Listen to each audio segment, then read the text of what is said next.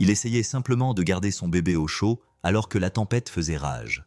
Un père célibataire abandonné sur le bord de la route, avec pour seul bagage une veste usée et ses prières. Ce qu'il ignorait, c'est que la femme qui venait de s'arrêter dans sa voiture rutilante n'était pas une simple inconnue. C'était Isabella Vance, une milliardaire solitaire qui allait bouleverser sa vie à jamais. La pluie ne tombait pas simplement. Elle était un poids physique, une nappe d'eau froide et implacable, qui transformait le monde derrière son pare-brise en un chaos flou et indéchiffrable. Léo agrippa le volant, les jointures blanchies, tandis que le moteur du minibus crachotait une dernière fois avant de tomber dans un silence de mort. Le seul bruit qui restait était le tambourinement rythmique sur le toit, un battement de cœur frénétique contre le désespoir silencieux qui s'installait dans sa poitrine. À l'arrière, Mia, âgée de 9 mois, s'agita dans son siège auto, ses doux gémissements transperçant le bruit de la tempête avec une acuité qui lui transperça le cœur. Il se retourna, sa propre veste déjà humide à cause d'une fuite qu'il avait l'intention de réparer. « Hé, petit oiseau !» murmura-t-il d'une voix grave destinée à les apaiser tous les deux. « Tout va bien, juste un petit problème de voiture. » Elle cligna des yeux en le regardant avec ses grands yeux confiants, couleur miel chaud, et ses petits poings se détendirent lorsqu'elle entendit le son familier de sa voix. Il savait qu'il devait les emmener dans un endroit chaud et sec. Le bord d'une autoroute déserte au milieu d'un orage n'était pas une option. Il avait essayé d'appeler une dépanneuse, mais il n'y avait aucun réseau. Une cruelle plaisanterie dans la série de malheurs qui avait marqué son année. Il détacha sa ceinture de sécurité, dont le tissu rugueux irritait ses mains fatiguées. Son plan était simple, désespéré et probablement stupide. Prendre le sac à langer, envelopper Mia dans toutes les couvertures dont il disposait et marcher. Marcher où? Il ne savait pas. Jusqu'au prochain pont peut-être, ou jusqu'à la lumière d'une ferme qu'il priait d'apparaître au loin. Il serrait sa veste fine et effilochée contre lui lorsque des phares transpercèrent le déluge, ralentissant à mesure qu'ils approchaient. C'était une voiture, mais pas n'importe laquelle. Elle était longue, noire et silencieuse, le genre de véhicule qui semblait absorber le bruit de la pluie plutôt que d'être battu par elle. Elle glissa jusqu'à s'arrêter juste devant sa camionnette, son moteur émettant un bourdonnement à peine perceptible. Pendant un instant, Léo resta là à la regarder, son esprit passant en revue toutes les possibilités. Des flics? Peu probable. Quelqu'un qui cherchait des ennuis? Sa main se posa instinctivement sur le démonte-pneus sous son siège. Puis la vitre côté passager s'abaissa dans un murmure électrique, révélant la silhouette d'une femme dans la faible lumière intérieure. Sa voix, lorsqu'elle se fit entendre, était calme et claire, tranchant avec le chaos de la tempête. « Vous allez bien? Vous avez besoin d'aide ?» Il sortit sous la pluie, dont le choc froid lui frappa la peau alors qu'il se protégeait les yeux. Il ne pouvait pas voir clairement son visage, seulement la ligne élégante de sa mâchoire et une cascade de cheveux noirs. « Nous allons bien, » répondit-il, sa fierté étant un réflexe obstiné et stupide, attendant simplement que le temps s'améliore. La femme se pencha légèrement en avant et il aperçut ses yeux, vifs et intelligents. « Votre fille n'a pas l'air d'aller bien, » dit-elle, le regard fixé sur la lunette arrière du minibus où l'on pouvait voir la petite silhouette de Mia. « Elle tremble. S'il vous plaît, laissez-moi vous conduire à la prochaine ville. Mon chauffeur connaît ses routes. » Léo hésita. La pluie collait ses cheveux à son front. Il regarda sa voiture incroyablement propre, puis la sienne qui crachotait, puis son offre posée, puis l'enfant vulnérable sur la banquette arrière. Sa fierté était un luxe qu'il ne pouvait pas se permettre, pas quand le bien-être de Mia était en jeu. Il déglutit péniblement, le mot restant coincé dans sa gorge. « D'accord », dit-il, d'une voix à peine plus qu'un murmure dans le rugissement de la tempête. « D'accord. » L'intérieur de la voiture sentait le cuir et quelque chose de vaguement floral, un parfum si propre et subtil qu'il semblait appartenir à un autre monde. Léo s'installa dans le siège arrière moelleux, la porte se refermant derrière lui avec un bruit sourd et lourd qui isolait complètement de la tempête. Le silence soudain était déconcertant, seulement rompu par le doux bruissement des essuie-glaces et les légers coups de Mia, qui était maintenant blottie en toute sécurité dans ses bras. Il avait insisté pour la porter, réticent à l'idée de poser son siège auto-usé et légèrement humide sur le cuir immaculé. Il se sentait maladroit et déplacé, son jean usé et sa chemise en flanelle humide contrastant fortement avec l'opulence tranquille qui les entourait. Il était très conscient de la légère odeur de sueur qui imprégnait ses vêtements, un parfum qui signifiait généralement un travail honnête, mais qui ici semblait être une intrusion. La femme, qui s'était simplement présentée sous le nom d'Isabella, était assise sur le siège passager avant, légèrement tournée vers eux. Dans la douce lueur des lumières du tableau de bord, il pouvait maintenant la voir plus clairement. Elle était plus jeune qu'il ne l'avait d'abord pensé, peut-être la fin de la vingtaine, avec un visage qui était plus que simplement beau. Il était composé, presque déconcertant de calme, comme si elle avait perfectionné l'art de ne pas montrer ce qu'elle pensait. Ses cheveux noirs étaient tirés en arrière, en un chignon simple et élégant, et elle portait un manteau sur mesure qui coûtait probablement plus cher que ses 3 derniers mois de loyer. Pourtant, quand ses yeux se posèrent sur Mia, ils laissèrent entrevoir une lueur de vulnérabilité, de douceur. « Elle est magnifique », murmura Isabella. « Comment s'appelle-t-elle ?»« Mia », répondit Léo, sa voix plus rauque que d'habitude dans le silence raffiné de la voiture. Il ajusta la fine couverture tricotée à la main autour de sa fille, un cadeau de la mère de sa défunte épouse. Elle était peluchée et décolorée, mais c'était l'un des rares objets qui leur restait d'elle. Elle voyageait généralement bien. La tempête l'avait simplement effrayée. Mia, comme si elle avait reçu un signal, poussa un petit cri agité. Son petit corps se raidit contre sa poitrine. Léo commença à la bercer doucement, d'un mouvement rythmique familier. « Chut, petit oiseau, tout va bien. » Mais son agitation s'intensifia, son visage se crispa et elle se mit à pleurer à chaudes larmes. Léo se raidit. « Je suis désolé, » dit-il en concentrant toute son attention sur Mia, essayant d'occulter le fait qu'il se trouvait dans la voiture de luxe d'un inconnu. « Elle a probablement faim. J'ai un biberon dans le sac, mais il est froid. » Avant même qu'il ait pu atteindre le sac à langer usé à ses pieds, Isabella reprit la parole, d'un ton calme et posé. « Ce n'est pas grave, elle ne me dérange pas. » Elle se mit alors à fredonner une mélodie simple, sans paroles, étonnamment régulière et claire. C'était une vieille berceuse qu'il n'avait pas entendue depuis des années. Lentement, presque miraculeusement, les pleurs de Mia s'atténuèrent. Ses cris se transformèrent en hoquets, et son petit corps tendu commença à se détendre contre le sien. Elle tourna la tête vers le son, ses grands yeux fixés sur Isabella. Le fredonnement continua, un fil sonore doux et ininterrompu dans la voiture silencieuse. Léo regardait, fasciné, sa fille, qui d'habitude ne se calmait qu'avec lui, complètement captivé par cet inconnu. Il regarda Isabella, la regarda vraiment et vit au-delà de son manteau coûteux et de ses traits sereins. Il vit la douceur dans sa façon de fredonner, la patience dans son immobilité. Elle ne lui offrait pas seulement un trajet, elle lui offrait un moment de paix. Et dans son monde chaotique, c'était une monnaie bien plus précieuse que l'argent. Le chauffeur, un homme silencieux vêtu d'un costume sombre, conduisait sur les routes glissantes avec un calme déconcertant. Ils roulèrent pendant ce qui sembla être 1 heure, les lumières de la ville émergeant lentement du rideau gris de la tempête. Léo s'attendait à ce qu'Isabella les dépose à une gare routière ou dans un motel bon marché à la périphérie de la ville, un endroit où il pourrait se ressaisir et réfléchir à la suite. Il fut donc surpris lorsque la voiture s'engagea dans une rue calme bordée d'arbres et s'arrêta devant un immeuble d'appartements d'apparence modeste. Ce n'était pas luxueux, mais c'était propre et bien entretenu, à 1000 lieues du motel temporaire qu'il avait imaginé. « Mon chauffeur peut vous emmener où vous voulez, » dit Isabella, sa voix le tirant de ses pensées. « Mais il est tard et la tempête ne faiblit pas. J'ai un appartement à proximité. Il est vide. Mia et vous pourriez y passer la nuit. Vous réchauffez, vous séchez. » La fierté de Léo s'enflamma instantanément. « Nous ne pouvons pas accepter. Vous avez déjà fait plus qu'il n'en faut. » Il commença à rassembler leurs affaires, le sac à langer usé, les couvertures enroulées. Son esprit calculait déjà le coût d'un taxi pour retourner à sa camionnette immobilisée le lendemain matin. Il ne pouvait pas accepter davantage de sa part. Cela lui semblait mal, comme une dette qu'il ne pourrait jamais rembourser. « Ce n'est pas de la charité », dit-elle comme si elle lisait dans ses pensées. Son regard était direct, ne laissant aucune place à la discussion. « C'est une question de pragmatisme.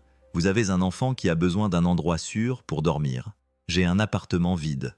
C'est une solution simple à un problème simple. S'il vous plaît. » La façon dont elle avait dit « s'il vous plaît » si calmement, sans aucune pitié, ébranla sa résolution. Il baissa les yeux vers Mia, qui dormait paisiblement dans ses bras, son petit visage détendu et libéré du stress de la journée. L'idée de la réveiller, de la traîner dans le froid jusqu'à une chambre de motel stérile et impersonnelle lui semblait être un échec. Isabella avait raison. Il ne s'agissait pas de lui. Il s'agissait de sa fille. Il poussa un long soupir. « Juste pour cette nuit, dit-il, ses mots sonnant comme une capitulation. « Merci, » dit-elle en hochant légèrement la tête, presque imperceptiblement, une lueur de soulagement dans les yeux. Appartement 4B. La clé est sous le paillasson, le chauffage est allumé et le réfrigérateur est rempli. Je l'avais préparé pour un invité qui a annulé. L'explication était trop facile, trop commode, mais Léo était trop fatigué pour la remettre en question. Il sortit de la voiture, jonglant avec Mia et leurs maigres affaires, et regarda la berline noire s'éloigner, disparaissant dans la pluie aussi silencieusement qu'elle était arrivée. Il resta un moment sur le trottoir, la clé froide dans la main, et leva les yeux vers l'immeuble. Les fenêtres du 4B étaient sombres, mais il pouvait presque sentir la chaleur qui les attendait à l'intérieur. Il ne savait pas qui était cette femme, ni pourquoi elle avait choisi de les aider. Mais alors qu'il portait sa fille dans ses bras pour monter les marches et échapper à la tempête, il ressentit une profonde gratitude mêlée à une profonde et troublante confusion. Pour une nuit, ils étaient en sécurité, mais il ne pouvait se défaire du sentiment qu'il venait d'entrer dans une histoire qu'il ne comprenait pas, une histoire dont il ne connaissait pas les règles. L'appartement était petit, mais impeccable. L'air à l'intérieur était chaud et sentait légèrement le citron et la peinture fraîche. Une seule lampe était allumée dans le coin du salon, projetant une lumière douce et accueillante sur un canapé simple mais confortable, et une petite table basse en bois solide. C'était le genre d'endroit qui semblait habité, même s'il était vide. On se sentait chez soi, pas dans une location. Léo se déplaçait lentement, prudemment, comme s'il avait peur de troubler le silence. Il allongea Mia au centre du grand lit dans la chambre unique, l'entourant d'oreillers pour l'empêcher de rouler. Elle ne bougeait pas. Sa respiration était douce et régulière dans le calme de la pièce. Il resta debout près d'elle pendant un long moment, caressant doucement ses cheveux fins et soyeux. Le soulagement était si immense qu'il en était presque douloureux. Il retourna dans la petite cuisine et, comme Isabella l'avait dit, le réfrigérateur était rempli, non seulement de produits de base, mais aussi d'articles spécifiques et bien pensés. Un carton de lait biologique, un petit pot de compote de pommes, un paquet de pain moelleux et même un récipient de fruits coupés. C'était trop parfait, trop adapté à leurs besoins. L'invité qui a annulé, pensa-t-il, qui remplit un réfrigérateur comme ça pour un invité? Il ouvrit un placard et découvrit qu'il était rempli de vaisselle neuve assortie. Les tiroirs contenaient des couverts brillants, jamais utilisés. Ce n'était pas un appartement d'invité, c'était un appartement mis en scène. Un sentiment de malaise s'installa lentement dans son estomac. Cet acte de gentillesse semblait trop important, trop orchestré. Il était menuisier, un homme qui travaillait de ses mains, qui comprenait le monde tangible du bois, des clous et des mesures. Cela semblait différent. Cela ressemblait à un coup dans un jeu auquel il ne savait pas qu'il jouait. Il secoua la tête, essayant de chasser ce sentiment. Il était fatigué, stressé. Il réfléchissait trop. Une femme gentille les avait aidés, c'était tout. Il se prépara une tasse de thé avec un sachet qu'il trouva dans un autre placard, à la camomille, s'assit sur le bord du canapé, la chaleur de la tasse imprégnant ses mains froides. Il regarda autour de lui, les œuvres d'art génériques, mais agréables, accrochées au mur. La couverture soigneusement pliée sur le fauteuil. Tout était parfait, et c'était là le problème. Sa propre petite maison, celle que lui et sa défunte épouse avaient achetée, était un chaos de souvenirs et de projets à moitié terminés. Une pile de magazines sur le travail du bois était posée sur le sol. Une petite empreinte de main était maculée sur le mur près de la porte, et le canapé avait une empreinte permanente à l'endroit où il s'asseyait chaque soir après avoir couché Mia. C'était imparfait, irrégulier, mais réel. Cet endroit ressemblait à une belle coquille vide. Il but une gorgée de thé, pencha la tête en arrière et ferma les yeux. Il aurait dû être reconnaissant, et il l'était profondément. Mais il ne pouvait s'empêcher de penser qu'Isabella n'était pas une simple inconnue. Il y avait une histoire derrière tout cela, une raison à sa gentillesse calculée, et il se trouvait au milieu, complètement aveugle. Le matin arriva, non pas avec un réveil, mais avec la lumière douce et persistante d'un soleil qui avait enfin percé les nuages. La pluie avait cessé, et le monde à l'extérieur de la fenêtre de l'appartement 4B semblait propre et neuf. Léo avait dormi sur le canapé, d'un sommeil agité et superficiel, ponctué de rêves de moteurs rugissants et de voitures silencieuses. Il se réveilla avec une douleur dans la nuque et un sentiment de désorientation, mettant un moment à reconnaître cet environnement inconnu. Puis, il se souvint de la tempête, de la panne, Isabella. La première chose qu'il fit fut d'aller voir Mia. Elle dormait encore, son petit corps recroquevillé en boule au centre du grand lit, image même d'une paix pure et sereine. Il l'observa un instant, l'amour féroce et protecteur qu'il lui portait, lui causant une douleur physique dans la poitrine. Tout ce qu'il faisait, Tous les risques qu'il prenait ou évitait, c'était pour elle. Et cela incluait d'accepter l'aide d'une femme mystérieuse qui remplissait ses appartements vides de purée de pommes bio. Il retourna dans la cuisine, le plancher froid sous ses pieds nus. Il ouvrit à nouveau le réfrigérateur, le spectacle des étagères pleines le dérangeant toujours. Il se prépara un petit déjeuner simple composé d'œufs brouillés et de pain grillé, la nourriture lui semblant meilleure que tout ce qu'il avait mangé depuis des semaines. Tout en mangeant, debout près du comptoir, son esprit se tourna vers les aspects pratiques de la journée. Il devait retourner à sa camionnette. Elle était remplie de ses outils, son gagne-pain. Sans eux, il n'était qu'un homme avec un véhicule en panne et un compte bancaire en baisse. Il trouva un bloc-notes et un stylo dans un tiroir de la cuisine. Tout de neuf, bien sûr, et écrivit une note courte et simple. « Isabella, merci pour tout. Ta gentillesse nous a sauvés hier soir. Je ne sais pas comment je pourrai jamais te remercier. J'ai laissé la clé sous le paillasson. Sincèrement, Léo. » Il posa le mot sur le comptoir, à un endroit où elle le verrait si elle revenait ici. Puis il réveilla Mia, l'habilla avec des vêtements propres qu'il trouva dans le sac à langer et lui donna un biberon chaud. Elle était joyeuse et enjouée, complètement inconsciente du tumulte qui agitait l'esprit de son père. Alors qu'il s'apprêtait à partir, il remarqua une petite photo encadrée sur la table de chevet qu'il n'avait pas vue la veille dans la pénombre. C'était une photo d'une forêt dense et verdoyante, le genre d'endroit qui semblait ancien et intact. Elle n'avait rien de remarquable, juste des arbres et de la lumière, mais quelque chose dans cette image semblait personnel, une fissure dans la perfection stérile de l'appartement. Il se demanda si cela avait une signification pour elle, cette femme aux voitures silencieuses et au réfrigérateur parfaitement rempli. Il repoussa cette pensée, prit Mia dans ses bras et sortit dans la matinée froide et lumineuse, laissant la clé et son mot de remerciement derrière lui, fermant la porte sur une nuit qui ressemblait plus à un rêve qu'à la réalité. Il ne s'attendait pas à la revoir un jour. Trouver une dépanneuse un samedi matin après une grosse tempête était difficile, mais Léo était persévérant. Il utilisa le téléphone public d'une supérette voisine, le combiné froid et dur contre son oreille, et après 1 heure d'appel, il trouva enfin une entreprise disposée à se rendre sur l'autoroute. Le trajet de retour jusqu'à sa camionnette fut long et coûteux, engloutissant une partie importante de l'argent qu'il avait mis de côté pour les urgences. Il tenait Mia sur ses genoux, sa chaleur lui apportant un peu de réconfort face à l'anxiété grandissante qui le tenaillait. La camionnette était exactement comme il l'avait laissée. Un véhicule solitaire et hors d'état de marche sur le bas-côté de la route.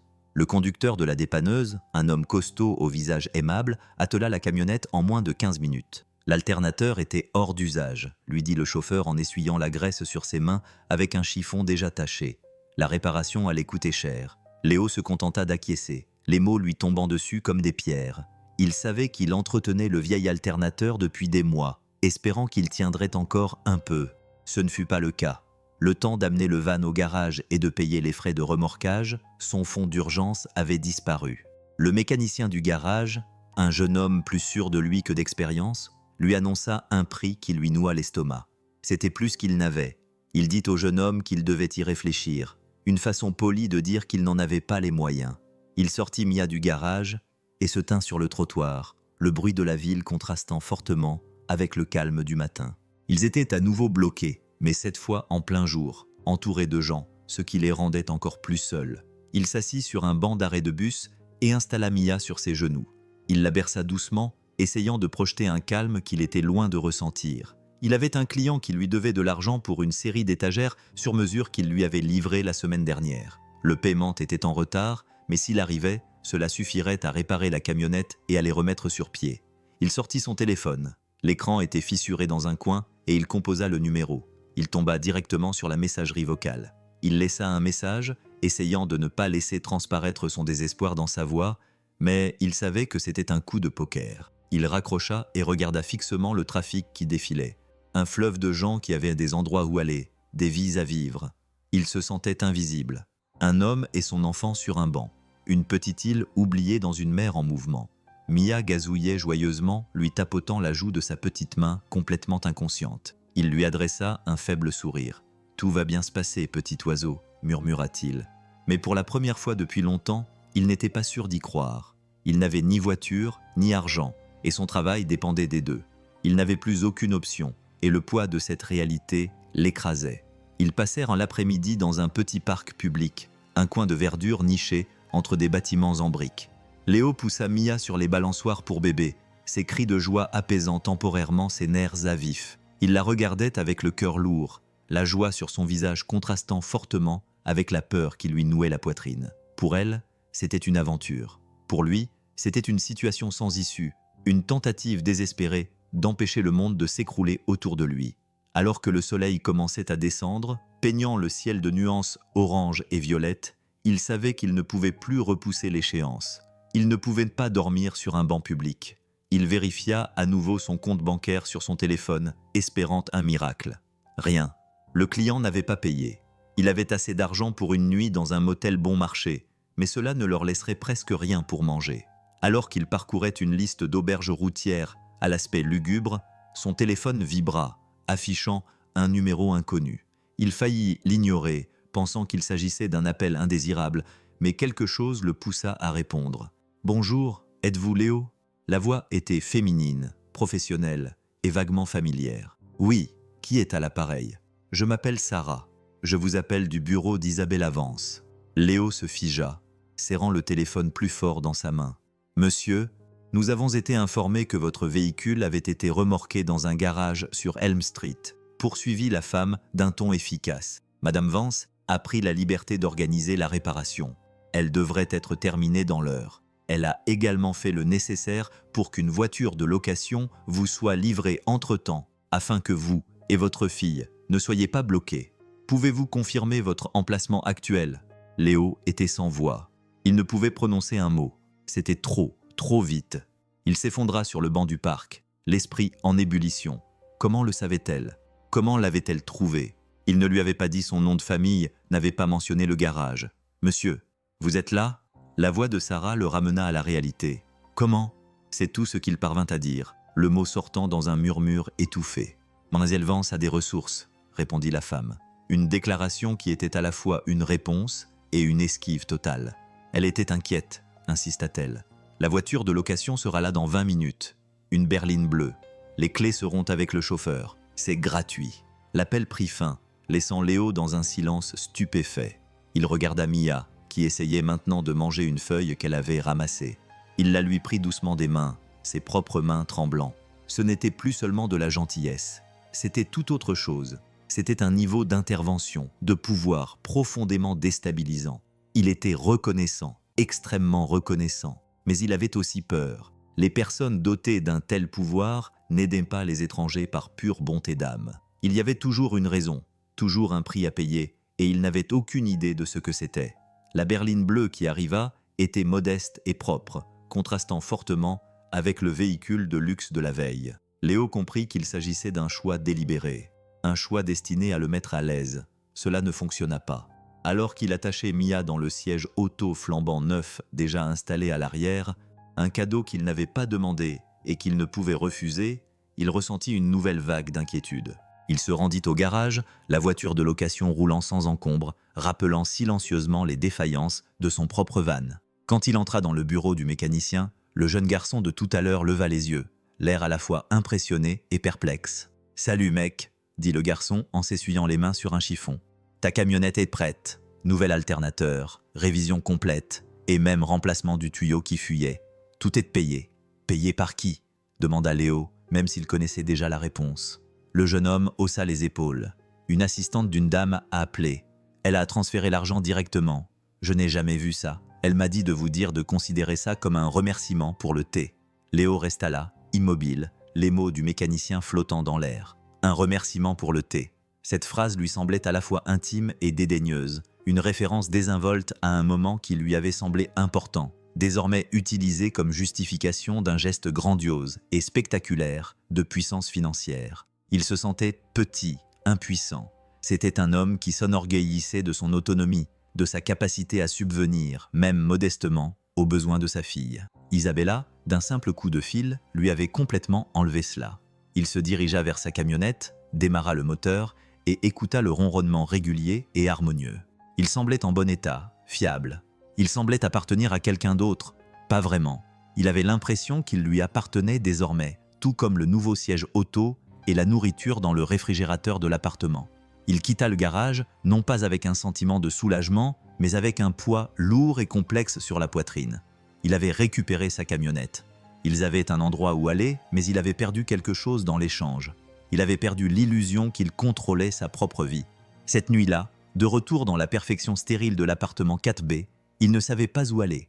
Il coucha Mia, puis s'assit sur le canapé dans le noir. Il sortit son téléphone et trouva le numéro qu'il avait appelé plus tôt. Il hésita longuement, le pouce suspendu au-dessus du bouton d'appel. Finalement, il appuya dessus. La ligne sonna 2 fois avant que la même voix professionnelle ne réponde. « Bureau d'Isabella Vance. »« C'est Léo, dit-il, la voix tendue. Je dois lui parler. »« Je suis désolé, monsieur. Madame Vance n'est pas disponible. »« Alors transmettez-lui un message de ma part, » dit Léo, les mots sortant dans un élan de fierté et de frustration. « Dites-lui merci, mais que je n'ai pas besoin de son aide. Dites-lui que tout va bien. Et dites-lui que je la rembourserai, jusqu'au dernier centime. » Il raccrocha avant que la femme n'ait le temps de répondre, le cœur battant à tout rompre dans sa poitrine. C'était une promesse stupide et vide de sens. Il n'avait aucun moyen de la rembourser, ni pour le remorquage, ni pour les réparations, ni pour la location. Mais il devait le dire. Il devait retrouver un peu de sa dignité, même si ce n'était qu'un mensonge, se dit-il dans l'obscurité. Isabella se tenait sur le balcon de son penthouse. Les lumières de la ville s'étalèrent sous ses yeux comme un tapis de joyaux éparpillés. La vue était à couper le souffle, témoignage de la puissance et de la richesse que sa famille avait accumulée au fil des générations. Mais elle ne regardait pas les lumières, elle fixait son reflet dans la baie vitrée. Une femme élégante et posée, vêtue d'une robe de chambre en soie, un téléphone à l'oreille. À l'autre bout du fil, son assistante Sarah lui transmettait le message de Léo. « Il m'a dit de vous dire qu'il vous rembourserait chaque centime. » Isabella ferma les yeux, un léger sourire triste effleurant ses lèvres. Bien sûr. C'était exactement ce à quoi elle s'attendait et exactement ce qu'elle redoutait. Elle avait essayé de faire en sorte que son aide semble anonyme, pratique. Elle avait choisi une simple berline comme voiture de location. Elle avait fait payer la facture du garage par un compte d'entreprise, dans l'espoir que cela paraisse impersonnel. Mais elle avait sous-estimé sa fierté, son besoin farouche d'indépendance. Elle l'avait vu dans la façon dont il avait refusé son aide sur le bord de la route, dans la façon dont il avait insisté pour tenir sa fille dans sa voiture. C'était un homme qui construisait des choses de ses propres mains, et elle venait de détruire son monde avec une carte de crédit. « Merci Sarah », dit-elle d'une voix calme. « Ce sera tout. » Elle mit fin à l'appel et posa le téléphone sur la table en verre à côté d'elle. Le silence du penthouse envahit l'espace. C'était un magnifique appartement conçu par un architecte de renommée mondiale, rempli d'œuvres d'art inestimables et de meubles minimalistes. Il était également profondément vide. Elle se dirigea vers l'immense cuisine ultramoderne, un espace où un chef privé préparait habituellement ses repas. Elle ouvrit le réfrigérateur en acier inoxydable, étincelant, et regarda son contenu. Des bouteilles d'eau, une bouteille de champagne et un petit pot d'olive oublié. Elle pensa au petit réfrigérateur de l'appartement 4B, rempli de lait, de fruits et de purée de pommes. Elle avait appelé son personnel et leur avait demandé d'acheter ces produits, en pensant au bébé, en pensant à ce dont un père pourrait avoir besoin. C'était un geste calculé, mais l'impulsion derrière était sincère. Elle avait vu l'épuisement dans les yeux de Léo, l'amour féroce qu'il portait à son enfant, et cela avait éveillé en elle quelque chose qu'elle n'avait pas ressenti depuis très longtemps.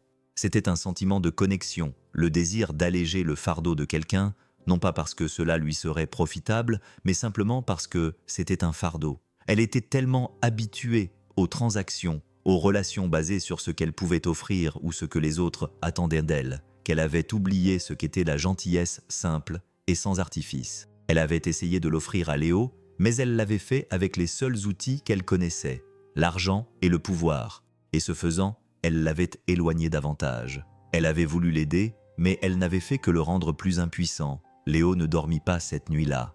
Il arpentait le petit salon de l'appartement. Les lumières de la ville formaient une toile de fond lointaine et indifférente. Il se sentait piégé, non pas par la tempête, mais par une dette qu'il ne pouvait rembourser. Chaque objet dans l'appartement lui rappelait son propre sentiment d'inadéquation. Les serviettes douces dans la salle de bain, les couteaux tranchants dans le bloc de cuisine, l'air même qu'il respirait, tout cela lui appartenait. Il devait partir. Le lendemain matin, il emballait leurs quelques affaires avec un sentiment d'urgence renouvelé. Il laissa un autre mot sur le comptoir, plus court que le précédent. « Merci encore. Je ne peux pas rester. Tout ira bien. » Il ne laissa pas d'adresse de réexpédition car il n'en avait pas. Il savait simplement qu'il ne pouvait pas rester ici, dans cet espace qui ressemblait à une cage dorée. Il quitta la ville en voiture et se dirigea vers l'ouest sans destination précise. Il roula simplement, mettant des kilomètres entre lui et la femme qui, avec les meilleures intentions du monde, lui avait donné l'impression d'être un cas social. Les jours qui suivirent se confondirent en un montage d'autoroutes, de stations-service et de motels bon marché. Il trouva de petits travaux de menuiserie là où il le pouvait, réparant une balustrade bancale, construisant une étagère simple pour un magasin local. Le travail était honnête et payait juste assez pour leur permettre de continuer. Mia et lui mirent en place une routine. Les matins étaient consacrés à la conduite, les après-midi au travail et les soirées à eux. Ils mangeaient des repas simples préparés sur un réchaud portable dans les parkings des motels, lisaient des histoires dans des chambres faiblement éclairées et s'endormaient au son des camions qui passaient. C'était une vie difficile, une vie itinérante, mais c'était la leur. Il avait repris le contrôle et c'était tout ce qui comptait. Un après-midi, dans une petite ville d'un état dont il se souvenait à peine du nom, il ponçait un vieux fauteuil à bascule pour une femme qui tenait un magasin d'antiquités. Mia jouait à proximité sur une couverture, babillant avec ses peluches. La propriétaire de la boutique, une femme aimable, à l'air de grand-mère et au regard perçant, est sortie pour voir où il en était. « Vous êtes doué de vos mains », a-t-elle dit en passant son doigt sur le bois lisse. « Vous avez un don. »« C'est juste mon métier », a répondu Léo sans lever les yeux de son travail. « Non », a dit la femme doucement, « c'est plus que ça. Vous prenez quelque chose de vieux et de cassé, et vous voyez ce que cela pourrait devenir. Vous lui donnez une seconde chance. Tout le monde n'est pas capable de faire ça. » Ces mots le touchèrent profondément. Il pensa à sa camionnette, à sa vie, aux morceaux qu'il essayait constamment de maintenir ensemble. Il était un réparateur, c'était son identité. Mais que se passait-il quand on tombait sur quelque chose qu'on ne pouvait pas réparer? Il pensa à Isabella, à sa générosité discrète et à son immense pouvoir intimidant. Il l'avait fui parce qu'il ne pouvait pas réparer le déséquilibre entre eux. Il avait vu cela comme un problème, une dette, une faille dans leur histoire. Mais peut-être que, comme pour le vieux fauteuil à bascule, il ne s'agissait pas de le réparer. Peut-être s'agissait-il de le voir tel qu'il était et de trouver la beauté dans les imperfections. Cette pensée le troublait, et il la repoussa, se concentrant à nouveau sur le grain du bois, sur le rythme familier et réconfortant de son travail. Les semaines se transformèrent en mois. Le paysage à l'extérieur de la fenêtre du van passa de collines verdoyantes à des plaines plates, puis à la désolation austère et magnifique du désert. Léo et Mia avaient trouvé un rythme à la fois libérateur et profondément solitaire. Ils trouvaient du travail là où ils le pouvaient. Ses mains étaient toujours occupées, son esprit toujours en ébullition. Il subvenait à leurs besoins. Il survivait, mais il ne vivait pas vraiment. Le souvenir d'Isabella planait comme un fantôme, une présence silencieuse sur le siège passager à côté de lui. Il se surprenait à se demander ce qu'elle faisait, si elle pensait parfois à eux. Il voyait une voiture noire sur l'autoroute et son cœur faisait un petit bond stupide. Il se trouvait dans une petite ville désertique, un endroit où la chaleur faisait miroiter l'asphalte et où les bâtiments semblaient s'affaisser sous le poids du soleil, lorsque Mia tomba malade. Cela avait commencé par une petite toux, mais celle-ci s'était rapidement aggravée, s'installant dans sa poitrine. Le soir venu, elle brûlait de fièvre, son petit corps était inerte et sa respiration superficielle. La panique, froide et aiguë, s'empara de Léo.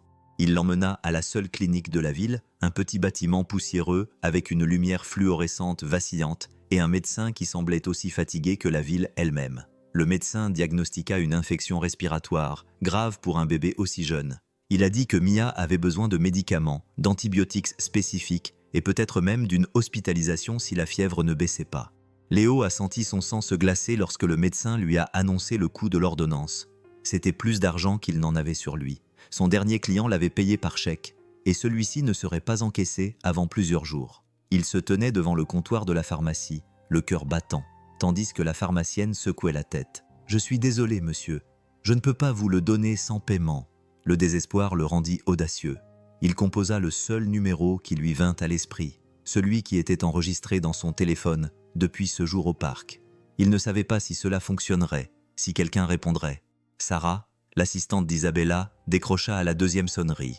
Bureau d'Isabella Vance. La voix de Léo était tendue, dépourvue de toute fierté. « C'est Léo, j'ai besoin d'aide. Ma fille est malade. » Il expliqua la situation à la hâte, les mots se bousculant dans sa bouche, ses murs d'indépendance soigneusement construits s'effondrant en poussière. Sarah écouta patiemment, d'une voix calme et professionnelle. « Où êtes-vous, Léo ?» Il lui donna le nom de la ville, celui de la pharmacie. « Restez là, dit-elle. Je m'en occupe. » 5 minutes plus tard, le téléphone de la pharmacienne sonna.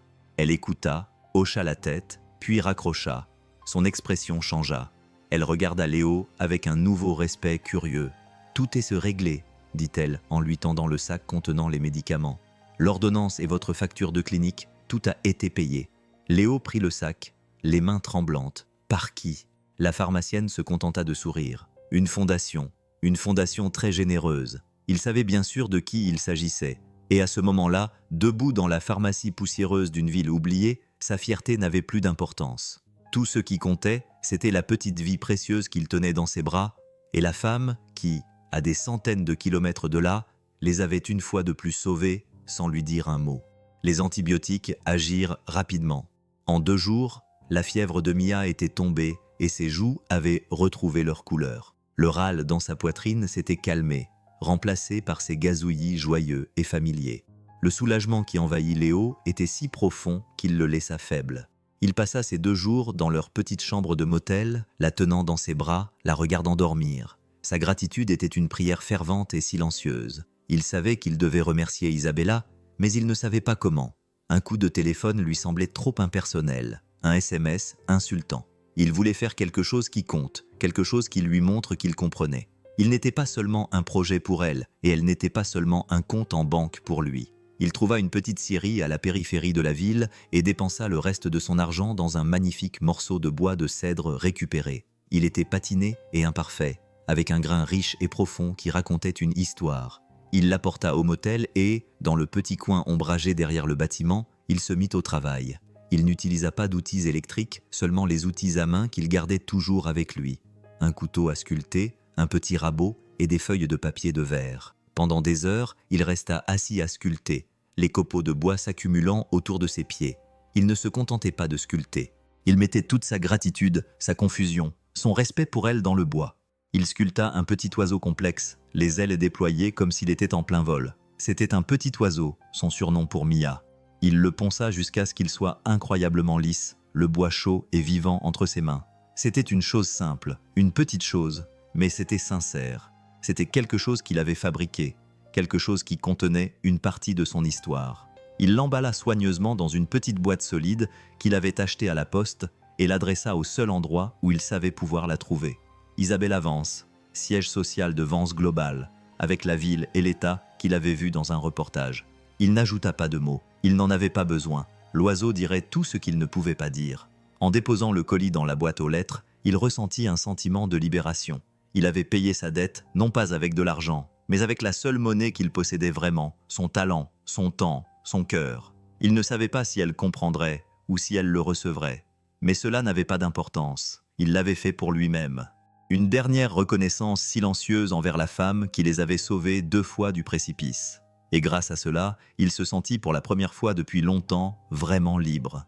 Il pouvait enfin passer à autre chose. Isabella était en réunion du conseil d'administration. L'air était chargé de l'odeur du café cher et d'une tension silencieuse, lorsque son assistante entra dans la pièce et posa un petit paquet enveloppé de papier brun sur la table polie devant elle. C'était une interruption rare, et toutes les têtes autour de la longue table se tournèrent. « Toutes mes excuses, mademoiselle Vance », murmura Sarah.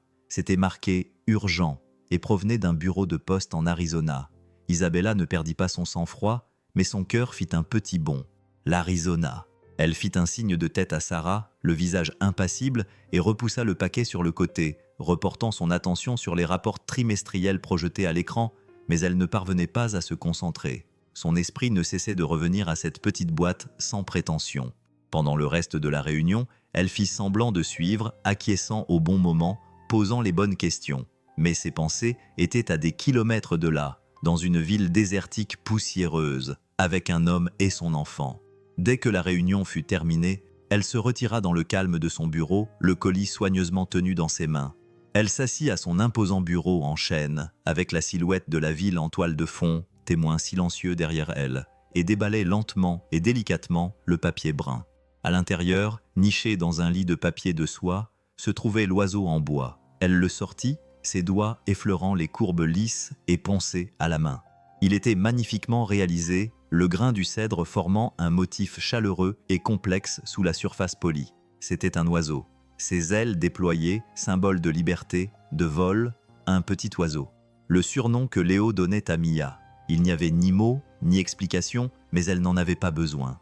Ce petit objet parfait en disait plus long que les mots ne pourraient jamais le faire. C'était un remerciement, c'était des excuses, c'était une reconnaissance, c'était un morceau de lui, de ses mains, de son cœur. Elle tenait l'oiseau dans sa paume, son poids à la fois léger et infiniment lourd. Des larmes qu'elle ne savait pas retenir montèrent à ses yeux, brouillant les lumières de la ville en une douce lueur brumeuse. Elle pensa à l'homme qui avait sculpté cela, un homme d'une fierté tranquille et d'une intégrité farouche, un homme qui payait ses dettes non pas avec de l'argent, mais avec de la beauté. Elle avait essayé de passer à autre chose, de se replonger dans son monde de chiffres, de stratégies et de victoires vides de sens. Mais en tenant cet oiseau, ce morceau de son âme, elle savait qu'elle ne pouvait pas. Il n'était pas un projet ou un bref détour sentimental. Il était réel, et elle l'avait laissé partir. Elle se leva, l'oiseau serré dans sa main, et se dirigea vers la fenêtre. Elle avait des ressources, comme Sarah l'avait si cliniquement formulé. Elle avait le pouvoir de trouver n'importe qui, n'importe où. La question n'était plus de savoir si elle pouvait le retrouver, mais si elle avait le courage de l'affronter, de lui dire la vérité, non seulement sur qui elle était, mais aussi sur ce qu'il était devenu pour elle. Retrouver Léo fut plus facile qu'Isabella ne l'avait prévu, et plus difficile qu'elle n'aurait pu l'imaginer. Son équipe de sécurité, avec son efficacité discrète et son accès à des données auxquelles elle préférait ne pas penser, le localisa en quelques heures. Il se trouvait dans une petite ville côtière de l'Oregon, où il occupait un emploi temporaire consistant à restaurer la façade en bois d'une bibliothèque historique. Les informations lui parvinrent sous la forme d'un fichier numérique bien organisé. Son emplacement, une photo granuleuse de sa camionnette garée devant un petit motel, et un bref résumé de ses déplacements au cours des dernières semaines. Elle trouva cela intrusif, clinique, et cela lui donna la nausée. Elle avait de nouveau violé sa vie privée, mais elle ne savait pas quoi faire d'autre. Pendant 2 jours, elle ne fit rien. Elle garda l'oiseau en bois sur son bureau, sa présence silencieuse lui rappelant constamment l'enjeu. Elle annula des réunions, ignora des appels, et passa des heures à regarder par la fenêtre, prisonnière de son indécision. Son monde était ici, dans cette ville, dans cette tour de verre et d'acier.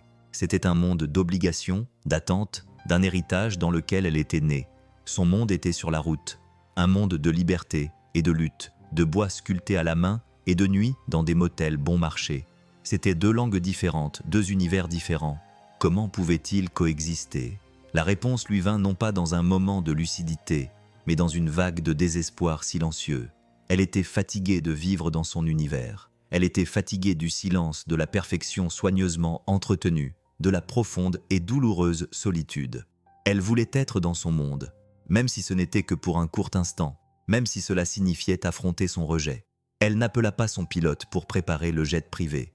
Elle ne demanda pas à son assistante de réserver une suite dans l'hôtel de luxe le plus proche. Elle sortit de son bureau, dit à Sarah qu'elle prenait un congé personnel et se rendit au garage situé au sous-sol de son immeuble. Là, sous une housse de protection dans un coin oublié, se trouvait un véhicule qu'elle n'avait pas conduit depuis des années. Un simple camping-car robuste du genre que son grand-père adorait. Il n'était pas luxueux, il n'était pas tape à l'œil, mais il était pratique, il était authentique. Elle demanda au mécanicien de le réviser rapidement, remplit le petit réfrigérateur de ses propres mains et, avant le coucher du soleil, elle était sur la route en direction du nord. Elle ne savait pas ce qu'elle dirait lorsqu'elle le verrait. Elle n'avait pas de plan. Tout ce qu'elle avait, c'était un petit oiseau en bois sur le siège passager à côté d'elle, et un espoir désespéré et fragile qu'il ne soit pas trop tard. La côte de l'Oregon offrait un paysage spectaculaire et magnifique, avec ses vagues déferlantes, ses forêts brumeuses et le soupir rythmique et constant de l'océan. Léo ressentait ici une paix qu'il n'avait pas connue depuis des mois. Le travail à la bibliothèque était régulier et satisfaisant, le vieux bois reprenant vie sous ses mains. Mia et lui avaient trouvé un petit camping tranquille au bord de la mer, et ils passaient leur soirée près d'un feu crépitant, à regarder le coucher de soleil peindre le ciel de couleurs flamboyantes. Ils commençaient à penser qu'ils pourraient rester ici pendant un certain temps, peut-être même s'y installer.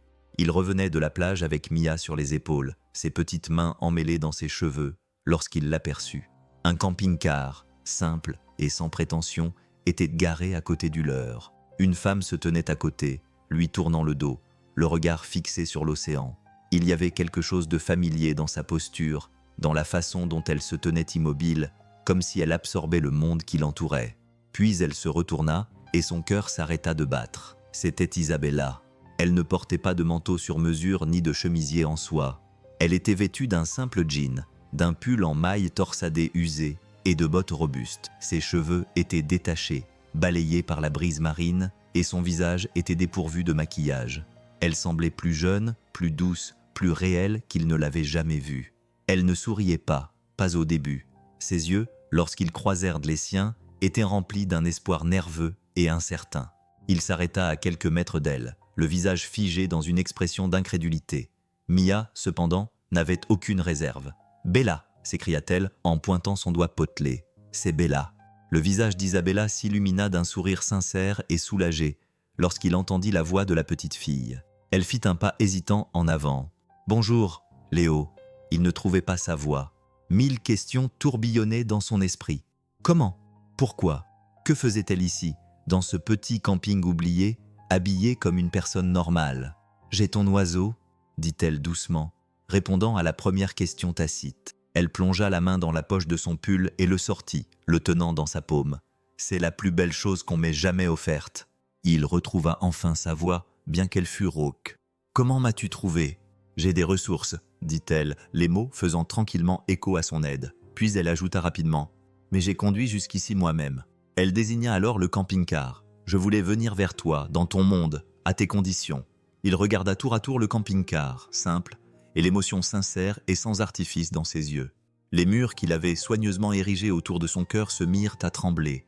Il s'était attendu à du pouvoir, à un geste grandiose, à une démonstration de richesse. Il ne s'était pas attendu à cela. Il ne s'était pas attendu à ce qu'elle vienne vers lui comme une simple femme, vulnérable et pleine d'espoir, n'ayant rien d'autre à offrir qu'elle-même. Ils parlèrent pendant des heures, assis près des braises mourantes du feu de camp, tandis que les étoiles apparaissaient dans le vaste ciel sombre. Mia dormait dans le vent, blottie dans son petit lit, l'oiseau en bois serré dans sa main. L'océan fournissait une bande sonore régulière et rythmée à leur conversation. Ce n'était pas une conversation d'accusation ou de défense. C'était un dévoilement calme et hésitant de vérité. Isabella lui a parlé de sa vie, du poids étouffant de l'héritage de sa famille, de la solitude d'un monde où chaque relation était une transaction. Elle lui a parlé de l'homme qui avait trahi sa confiance, la laissant vide et cynique. Elle lui a dit que le voir avec Mia, voir son amour simple et profond pour sa fille, avait été comme voir la lumière du soleil pour la première fois après un long hiver sombre. Cela lui avait rappelé ce qui était réel. Léo, à son tour, lui avait parlé de sa femme, de cette femme pleine de vie et de rire qui avait rempli sa vie de couleurs avant qu'une maladie soudaine ne la lui enlève. Il lui avait parlé du chagrin qui l'avait presque englouti et de la façon dont Mia avait été la seule chose qui l'avait ramené à la vie, la seule raison de continuer. Il lui avait parlé de sa peur, de sa terreur profonde de laisser quelqu'un d'autre entrer dans leur petit monde fragile pour le voir repartir ensuite. « Je me suis enfui parce que j'avais peur. » admit-il d'une voix basse dans l'obscurité. « Pas de ton argent. J'avais peur de l'importance que tu commençais à prendre pour moi. Je trouvais cela dangereux. »« Je sais, » murmura-t-elle, le regard fixé sur les braises incandescentes. « Je l'ai ressenti aussi. C'est pour cela que je me suis enfui moi aussi. » Ils restèrent longtemps assis dans un silence confortable. Les non-dits entre eux trouvèrent enfin une voie. Le fossé entre leurs mondes, qui semblait autrefois si vaste et infranchissable, semblait désormais plus petit, moins important. Ils n'étaient pas un milliardaire et un charpentier. Ils étaient juste un homme et une femme, deux âmes solitaires qui avaient trouvé une lueur de reconnaissance dans les yeux l'un de l'autre. Alors que les dernières braises s'éteignaient, Isabella le regarda, le visage ouvert et vulnérable. « Je ne sais pas ce que c'est, Léo. Je ne sais pas ce qui va se passer ensuite, mais je ne veux plus fuir. Je veux juste rester un moment, si tu veux bien de moi. » Il la regarda, cette femme incroyable et complexe qui avait parcouru des milliers de kilomètres pour le retrouver, qu'il avait rencontré selon ses propres conditions, dans son propre monde. Il pensa à l'espace vide sur le siège passager de sa camionnette, à la solitude tranquille de la route, et il sut avec une certitude profonde qu'il ne voulait pas qu'elle parte. Il tendit la main vers elle et prit la sienne, ses doigts calleux s'entrelaquant avec les siens. « Reste, dit-il, et cela me suffit. » Les jours qui suivirent furent une exploration tranquille et douce d'une nouvelle réalité. Isabella resta. Elle n'emménagea pas dans la petite camionnette exiguë de Léo. Elle garda son camping-car, le garant à côté du sien, créant ainsi une petite propriété de 2 véhicules dans leur coin du camping. Ils tombèrent dans un rythme domestique simple qui leur semblait à la fois étrange et merveilleusement naturel. Ils préparaient leurs repas ensemble, combinant ses provisions d'ingrédients frais et son expertise en matière de réchaud de camping.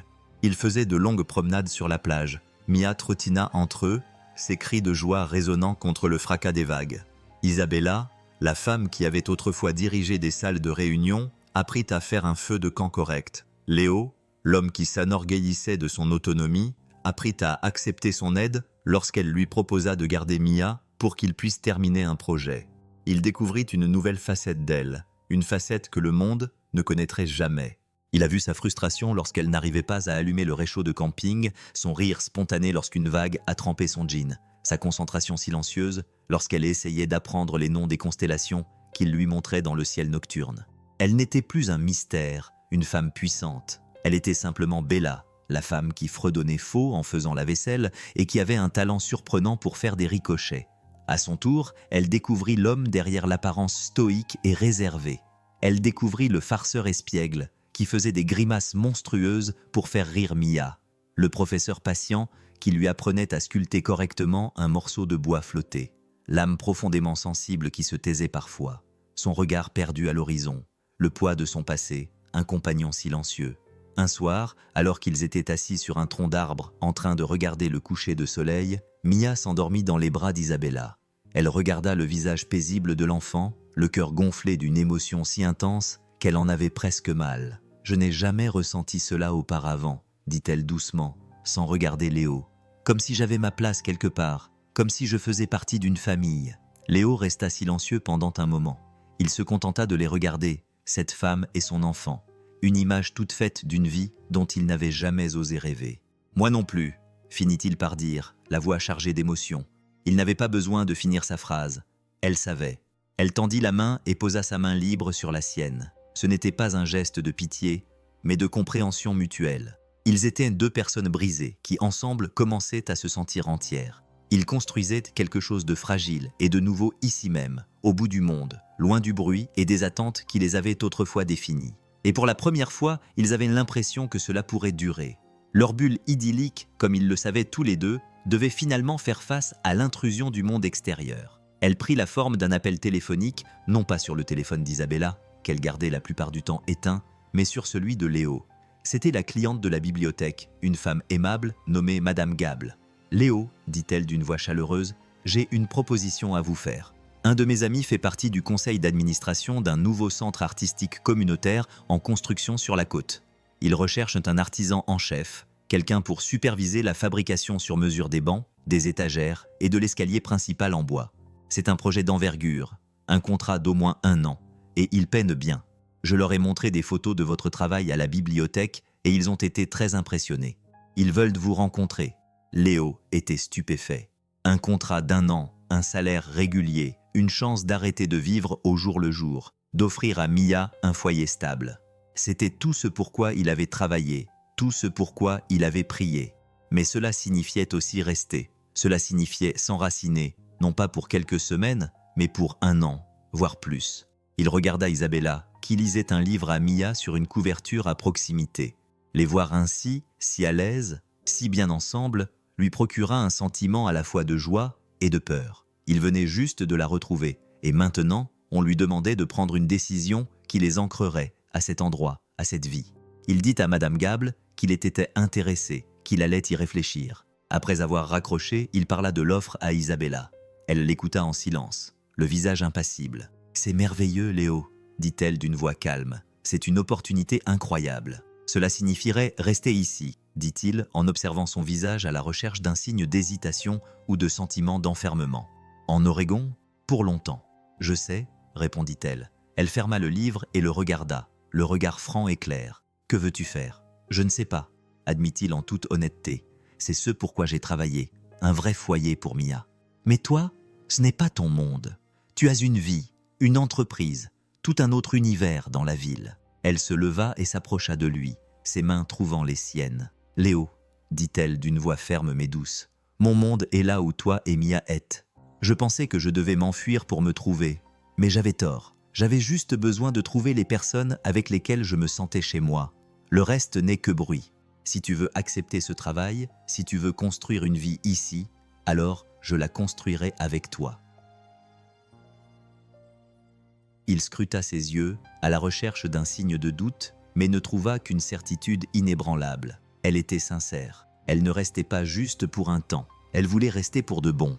La peur qui l'avait accompagnée pendant si longtemps commença à s'estomper, remplacée par un sentiment qu'il ne s'était pas autorisé à ressentir depuis des années. L'espoir. Un espoir réel, solide et terrifiant pour l'avenir. Léo accepta le poste. Une fois la décision prise, il se sentit soulagé d'un poids. Il signa le contrat et, pour la première fois depuis plus d'1 an, il avait la sécurité d'un revenu stable. La première chose qu'il fit fut de louer une petite maison, un cottage de 2 chambres, avec un grand jardin et une vue sur l'océan depuis la fenêtre de la cuisine. Elle était modeste, mais c'était un foyer. Isabella insista pour l'aider, non pas avec de l'argent, mais avec son temps. Elle l'aida à peindre les murs, à assembler les meubles et à planter un petit jardin dans l'arrière-cour. Ils travaillèrent côte à côte, en équipe, leur camaraderie facile témoignant du lien qu'ils avaient tissé. Un après-midi, alors qu'ils déballaient des cartons dans le salon, Isabella trouva une petite boîte poussiéreuse cachée dans un coin. Elle était remplie de photos de la défunte épouse de Léo. Elle s'arrêta, tenant une photo d'une femme souriante et pleine de vie, avec le bras de Léo autour d'elle. « Elle était belle », dit Isabella doucement. Léo s'approcha et se tint à côté d'elle, regardant la photo. « Elle l'était », dit-il d'une voix calme. « Elle t'aurait aimé. » Les mots restèrent suspendus dans l'air, comme un pont entre son passé et son présent. Ce n'était pas une déclaration d'amour, pas encore, mais c'était quelque chose d'aussi important, une acceptation, une invitation. Il la laissait entrer, non seulement dans sa maison, mais aussi dans son histoire, dans son cœur. Alors qu'ils s'installaient dans leur nouvelle vie, Isabella commença à trouver sa propre raison d'être. Elle se mit à faire du bénévolat à la bibliothèque locale. Son esprit vif et ses compétences organisationnelles étaient une aubaine pour cette institution en sous-effectif. Elle lança un petit programme de bourse anonyme pour les artistes locaux, utilisant ses propres fonds pour les aider à poursuivre leur passion. Elle n'était plus Isabella Vance, la PDG. Elle était Bella, la femme qui animait l'heure du conte du samedi matin, la femme qui apportait de la soupe maison à ses voisins malades, la femme qui, lentement, tranquillement, s'intégrait à la communauté dans laquelle elle avait atterri par hasard. Elle découvrait un nouveau type de pouvoir, un pouvoir qui ne venait pas de la richesse ou du statut social, mais des liens qu'elle tissait, du fait qu'elle faisait une différence dans la vie des gens qui l'entouraient. Et chaque soir, elle rentrait chez elle, dans sa petite maison au bord de la mer, où l'attendait l'odeur de la sûre et le rire d'un bébé. Et elle savait avec une certitude qui comblait tout le vide en elle, qu'elle était enfin, vraiment, chez elle. Le projet du centre d'art était une entreprise monumentale. Le bâtiment était une magnifique structure historique tombée en ruine, et Léo s'investit corps et âme pour lui redonner vie. Il passait ses journées couverts de sûre, ses mains façonnant le bois brut pour en faire d'élégants escaliers, des moulures complexes et de hautes arcades. C'était le travail le plus difficile et le plus gratifiant de sa carrière. Isabella était sa partenaire silencieuse dans ce projet. Elle lui apportait son déjeuner, sa présence étant un soutien discret et constant. Elle s'asseyait avec lui pendant des heures, pendant qu'il esquissait des croquis, lui offrant son œil avisé pour l'esthétique et ses idées étonnamment pratiques. Ils formaient une équipe dans ce domaine comme dans tous les autres. Un soir, après une journée particulièrement longue, Léo rentra chez lui et trouva la maison silencieuse. Isabella était assise sous le porche arrière et regardait le coucher du soleil. Mia dormait à l'intérieur. Il s'assit à côté d'elle, le corps endolori par une fatigue satisfaisante. « C'est presque terminé », dit-il en parlant du centre artistique. « L'inauguration aura lieu le mois prochain. »« Je sais », répondit-elle en posant sa tête sur son épaule. « Je l'ai vu. C'est à couper le souffle, Léo. Tu es un artiste. » Il haussa les épaules, mal à l'aise face à ses compliments. « Je ne suis qu'un charpentier. »« Non », dit-elle en levant la tête pour le regarder. « Tu es plus que ça. Tu vois le potentiel des choses. Tu vois la beauté dans ce qui est brisé. Tu l'as fait avec ce bâtiment. » Et elle hésita, sa voix se réduisant à un murmure. « Tu l'as fait avec moi. » Il se tourna vers elle, le cœur rempli d'émotion. Le soleil plongeait sous l'horizon, les baignant d'une lumière dorée et chaleureuse. Il ne la voyait pas comme une milliardaire, ni comme une femme qu'il avait sauvée ou qui l'avait sauvée. Il la voyait comme sa partenaire, son amie, son amour. « Bella », dit-il, la voix rauque d'émotion. « Il n'avait pas besoin de prononcer les mots. Elle pouvait les lire dans ses yeux. Elle se pencha vers lui et l'embrassa. Un baiser lent et doux, chargé de toutes les choses tacites qui s'étaient passées entre eux. C'était un baiser qui avait le goût de la sueur et du sel de mer, des secondes chances et d'une joie tranquille et intense. C'était un baiser qui scellait leur avenir, un avenir qu'ils avaient construit ensemble, petit à petit, avec sincérité. C'était le baiser de deux personnes qui avaient trouvé le chemin de leur foyer, non pas un lieu, mais l'un vers l'autre. La nuit de l'inauguration fut un tourbillon de célébration et de fierté. Le centre artistique communautaire était officiellement ouvert, et toute la ville semblait s'être déplacée pour l'événement. Le bâtiment était illuminé, la musique s'échappait de ses portes ouvertes, l'odeur du vin et de la fête flottait dans l'air. Léo se tenait près du fond de la salle principale, essayant de passer inaperçu, mais les gens n'arrêtaient pas de venir vers lui serrer la main, le féliciter pour le magnifique travail de menuiserie. Il ressentait une satisfaction profonde et tranquille, mais ses yeux continuaient à scruter la foule, à la recherche d'une personne en particulier. Il la trouva près des grandes baies vitrées, en train de parler au maire. Elle portait une robe bleu foncé simple et élégante, ses cheveux étaient relevés, et elle semblait, faute d'un meilleur mot, radieuse. Elle croisa son regard à travers la pièce et lui adressa un petit sourire fier. Plus tard, alors que la foule commençait à se disperser, ils se retrouvèrent seuls sur le petit balcon surplombant la place de la ville. La nuit était claire, les étoiles brillantes. « C'est toi qui as fait ça », dit-elle, la voix pleine d'admiration, en passant la main sur la balustrade lisse et polie qu'il avait construite. « C'est nous qui avons fait ça », la corrigea-t-il en prenant sa main dans la sienne. « Je n'aurais jamais eu le courage de rester, de construire cette vie sans toi. » Elle se tourna vers lui, les yeux brillants dans la douce lumière. « Et je n'aurais jamais su ce qu'était la vraie vie sans toi. » Il fouilla dans sa poche et en sortit une petite boîte recouverte de velours. Il l'avait fabriquée lui-même à partir du même cèdre recyclé que l'oiseau. « Je sais que ce n'est pas un diamant, » dit-il d'une voix tremblante en l'ouvrant. « Je sais que ce n'est pas ce à quoi tu es habitué. » À l'intérieur, nichée sur un lit de velours sombre, se trouvait une bague toute simple. Il l'avait sculptée dans un morceau de bois flotté qu'ils avaient trouvé sur la plage. Sa surface était lissée par l'océan. Sa forme était magnifiquement imparfaite, comme la nature seule sait le faire. « Elle est parfaite », murmura-t-elle, les larmes aux yeux. Il prit la bague et la glissa à son doigt. Elle lui allait comme si elle avait été faite pour elle. « Isabella Vance », dit-il, la voix pleine d'un amour si profond qu'il en était presque bouleversant. « Veux-tu construire le reste de ta vie avec moi ?»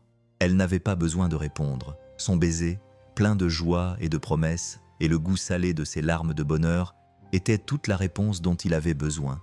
Ils n'étaient plus deux étrangers au bord d'une route, deux âmes solitaires issues de mondes différents. Ils formaient une famille fondée non pas sur la richesse ou le statut social, mais sur la gentillesse, la confiance et un amour aussi réel et durable que l'océan lui-même. Des années plus tard, Mia, alors adolescente, était assise sous le porche du petit cottage au bord de la mer, un carnet de croquis ouvert sur les genoux. Elle dessinait l'océan, ses traits de fusain capturant le chaos sauvage et magnifique des vagues. Léo et Isabella étaient assis à côté d'elle sur la vieille balancelle du porche, leurs mains entrelacées, leurs épaules se frôlant avec une aisance familière et réconfortante. Le centre artistique que Léo avait construit était devenu le cœur de la ville. La bibliothèque qu'Isabella avait revitalisée était un centre d'apprentissage et de vie communautaire florissant. Leur vie était calme, épanouie et profondément merveilleusement ordinaire. Mia leva les yeux de son carnet de croquis, l'air pensif. « Maman, dit-elle, ça te manque parfois, la grande ville, la vie luxueuse. » Isabella sourit, le regard perdu vers l'horizon où le soleil commençait à se coucher. « Parfois, admit-elle honnêtement, l'énergie, l'anonymat me manquent, mais pas la solitude. Je ne regrette pas d'avoir dû me sentir comme quelqu'un d'autre pour être acceptée. » Elle regarda Léo, les yeux remplis d'un amour profond et indéfectible. « Ton père m'a appris que la richesse d'une vie ne dépend pas de ce que l'on possède, mais des personnes avec qui on la partage. Il m'a appris que le foyer n'est pas un endroit sur une carte, c'est un sentiment, c'est la sécurité, c'est l'amour. » Léo lui serra la main, le cœur rempli d'émotion. Il regarda sa fille, si pleine de talent et de vie, puis sa femme, la femme qui lui avait montré qu'il était normal d'être vulnérable, d'accepter de l'aide, d'aimer à nouveau. Il repensa à cette nuit pluvieuse au bord de l'autoroute, une nuit qui avait semblé être la fin du monde, mais qui avait en fait été le début de tout. Tout a commencé avec une voiture en panne, dit-il, un sourire nostalgique sur le visage. Mia les regarda, les yeux brillants. Non, dit-elle, la voix pleine de la sagesse d'une enfant qui avait tout vu. Tout a commencé avec un bébé qui avait besoin d'être réchauffé et un inconnu qui a eu la gentillesse de s'arrêter. Et elle avait raison. Il ne s'agissait pas de la voiture, ni de l'argent, ni des mondes différents dont ils étaient issus. Il s'agissait d'un simple acte de gentillesse, d'un moment de connexion humaine au milieu d'une tempête. Et à partir de ce petit moment, une vie magnifique et extraordinaire s'était construite. Le feu de camp dans le jardin crépitait, envoyant des étincelles dans le ciel crépusculaire comme une pluie d'étoiles filantes. L'odeur du cèdre brûlé et le parfum salé de l'océan se mêlaient dans l'air frais du soir. Léo était assis dans une chaise Adirondack usée qu'il avait construite il y a des années, dont le bois était désormais argenté par le soleil et les embruns. À côté de lui, Isabella appuya sa tête contre son épaule, un poids confortable et familier. Un peu plus loin, Mia, désormais une jeune femme sur le point de partir pour l'école d'art, essayait d'apprendre à son petit garçon comment faire griller une guimauve sans la brûler. Le petit garçon, avec les yeux sérieux de son père et les mains artistiques de sa mère, gloussait tandis que sa guimauve s'enflammait brièvement dans une flamme brillante. « Grand-père, regarde !» s'écria-t-il en brandissant fièrement son offrande carbonisée. Léo rit doucement. « Parfait, champion, tu es doué. » Isabella soupira de contentement, les doigts entrelacés avec ceux de Léo. « Tu te souviens de notre premier feu de camp ?» demanda-t-elle dans un murmure. « À cet air de repos, tu pensais que j'étais une citadine incapable de gérer la vie en plein air. C'était le cas ?» la taquina-t-il gentiment. « Tu as essayé de l'allumer avec une seule allumette qui semblait très chère. » Elle lui donna un petit coup de coude. « J'ai appris, n'est-ce pas? Tu as été un professeur patient. » Leur vie était une tapisserie tissée à partir de moments comme ceux-ci, petits, calmes et imprégnés d'une histoire commune. La société qu'elle dirigeait autrefois était désormais gérée par un conseil d'administration composé de personnes qu'elle avait choisies et qui partageaient sa nouvelle vision d'une entreprise éthique axée sur la communauté. Elle avait toujours sa fortune, mais celle-ci n'était plus au centre de son identité. C'était un outil, une ressource qu'elle utilisait pour financer des projets auxquels elle croyait. Des programmes artistiques, des initiatives environnementales, des bourses d'études pour des enfants comme l'avait été sa fille autrefois. Son plus grand investissement, cependant, se trouvait ici même, dans ce jardin, au sein de cette famille. C'est drôle, songea-t-elle, en regardant son petit-fils réussir enfin à faire griller une guimauve jusqu'à ce qu'elle soit parfaitement dorée. J'ai passé tant d'années à essayer de bâtir un empire pour créer un héritage dont on se souviendrait. Je pensais qu'il s'agissait de bâtiments, de cours boursières et de gros titres. Et maintenant ? Demanda Léo, bien qu'il connaisse déjà la réponse. Elle tourna la tête et croisa son regard dans la douce lueur du feu. Maintenant, je sais qu'un héritage ne se construit pas. C'est ce que vous laissez dans le cœur des gens. C'est une guimauve parfaitement grillée. C'est le rire de votre petit-fils. C'est une main à tenir dans le noir. Il porta sa main à ses lèvres et embrassa ses jointures. Un geste aussi familier et réconfortant que respirer.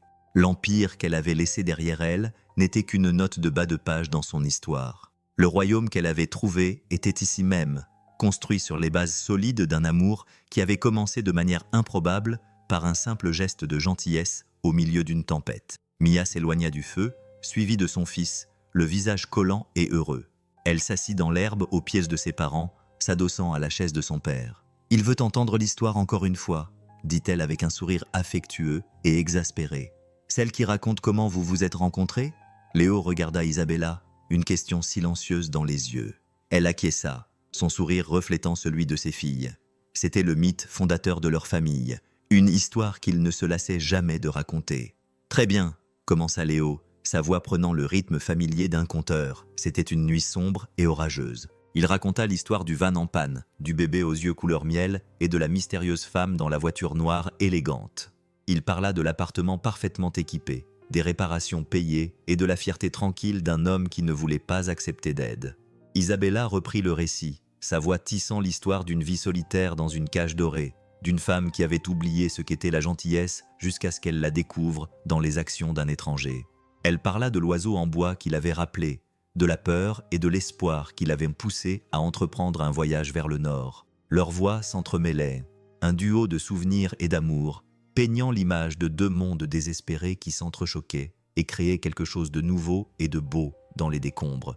Leur petit-fils écoutait, les yeux écarquillés, ses doigts collants de guimauve agrippant la main de sa mère. Pour lui, c'était un conte de fées, une histoire de géants, de héros et de camping-cars magiques. Mais pour les trois personnes qui la racontaient, c'était bien plus que cela. C'était la preuve que les voyages les plus extraordinaires commencent souvent au bord d'une route oubliée. C'était la preuve que l'amour ne consiste pas à trouver quelqu'un de parfait, mais à trouver quelqu'un qui vous voit vraiment et qui choisit de rester. Alors que la fin de l'histoire s'estompait dans le silence de la nuit, le petit garçon leva les yeux vers son grand-père, l'air sérieux. « Alors, tu as été sauvé par une princesse, grand-père » Léo regarda sa femme, l'amour de sa vie, son visage illuminé par la douce lumière du feu, et il sourit. « Non, champion, dit-il d'une voix pleine d'une certitude profonde et inébranlable. Nous nous sommes sauvés l'un l'autre. Le cottage était désormais silencieux. Le feu s'était réduit à des braises incandescentes. Les enfants étaient blottis dans leur lit, rêvant de guimauves grillées et de contes de fées. Léo et Isabella se tenaient sous le porche arrière, enveloppés dans une couverture douce, profitant de l'air frais de la nuit. La lune était haute dans le ciel, projetant un chemin argenté sur l'océan sombre et endormi. Ils restèrent longtemps sans parler, satisfaits du silence partagé qui était devenu leur langage préféré. Isabella s'appuya contre la balustrade du porche, le regard fixé sur l'étendue infinie de l'eau. « Tu te poses parfois la question ?» demanda-t-elle dans un murmure. « Que se serait-il passé si je ne m'étais pas arrêté cette nuit-là, si j'avais continué à rouler ?» Léo vint se placer derrière elle, enroulant ses bras autour de sa taille, le menton posé sur son épaule. Il pouvait sentir les battements réguliers et familiers de son cœur contre sa poitrine. « J'essaye de ne pas y penser, » répondit-il honnêtement. « Je pense à la vie que nous avons, à la famille que nous avons fondée. Je pense à Mia et à notre petit-fils. Je pense à cette maison, à cette vue, à ce sentiment. » Il fit une pause, resserrant son étreinte. « Je pense que nous nous en serions sortis. Nous aurions survécu, mais nous n'aurions pas vécu. Pas comme ça. » Elle se retourna dans ses bras, ses mains venant se poser sur son visage. Ses yeux, même dans la pénombre, étaient remplis d'un amour si profond qu'il lui coupait encore le souffle. « J'étais tellement perdue, » murmura-t-elle. « J'étais un fantôme dans ma propre vie. Toi et Mia, vous m'avez ramené à la vie. Vous m'avez montré ce que signifiait être réel. Tu as toujours été réelle, Bella, » murmura-t-il en caressant sa joue du pouce. « Tu devais simplement te laisser voir. » Ils restèrent là longtemps, deux âmes qui s'étaient trouvées dans les circonstances les plus improbables. Leur amour, une flamme calme et constante contre l'obscurité. Le monde extérieur, avec son bruit, ses attentes et son rythme effréné, s'estompa jusqu'à devenir insignifiant. Tout ce qui comptait était ici, à cet instant, sous ce porche, sous ce vaste ciel étoilé. Leur histoire n'était pas un conte de fées mettant en scène une princesse et un prince charmant. C'était une histoire vraie, une histoire humaine, l'histoire de deux personnes qui avaient eu le courage d'être vulnérables, de faire confiance, d'aimer. Et alors qu'ils se tenaient là, enveloppés dans le réconfort silencieux de leurs bras, ils savaient avec une certitude aussi profonde et vaste que l'océan devant eux, que leur amour était le plus grand héritage qu'ils pourraient jamais construire. Le lendemain matin, Léo se leva avant le soleil, comme toujours. Il se déplaçait dans la maison silencieuse avec une aisance familière, les planches du parquet craquant doucement pour lui souhaiter la bienvenue. Il prépara du café, dont l'arôme riche et sombre emplit la petite cuisine. Il sortit sur la véranda arrière, une tasse chaude à la main, et regarda le ciel s'éclaircir, la noirceur d'encre laissant place à de douces nuances de lavande et de rose. C'était son moment préféré de la journée, ces instants de calme avant que le monde ne se réveille, un moment propice à la réflexion et à la gratitude. Il repensa à l'homme qu'il avait été toutes ces années auparavant, un homme à la dérive dans son chagrin. Son monde s'était réduit aux besoins de sa fille, son cœur s'était barricadé contre la possibilité d'une nouvelle souffrance. Il s'était tellement concentré sur sa survie qu'il avait oublié comment vivre. Puis Isabella avait fait irruption dans sa vie, telle une force de la nature, dans une élégante voiture noire, et avait, avec sa gentillesse discrète et persistante, démantelé ses défenses brique par brique. Elle ne l'avait pas réparé. Il ne l'avait pas réparé. Ils avaient simplement fait de la place pour les morceaux brisés de l'autre, et ce faisant, ils avaient créé quelque chose de plus beau, de plus résistant que ce qu'ils étaient chacun de leur côté. Il entendit le bruit léger de pas derrière lui et se retourna pour voir Isabella enveloppée dans son vieux peignoir en flanelle effiloché, ses cheveux formant une auréole désordonnée autour de son visage. Elle sourit, un sourire endormi et satisfait qui n'était destiné qu'à lui. « Tu es debout tôt ?» dit-elle d'une voix rauque à cause du sommeil. « Comme toujours », répondit-il en lui tendant la deuxième tasse de café qu'il lui avait apportée.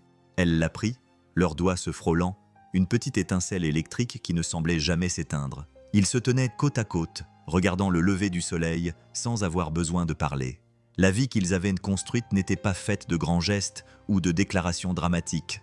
C'était une vie fondée sur des moments tranquilles comme celui-ci, des cafés partagés sous le porche, des silences confortables, la compréhension tacite et facile qu'ils étaient exactement là où ils devaient être.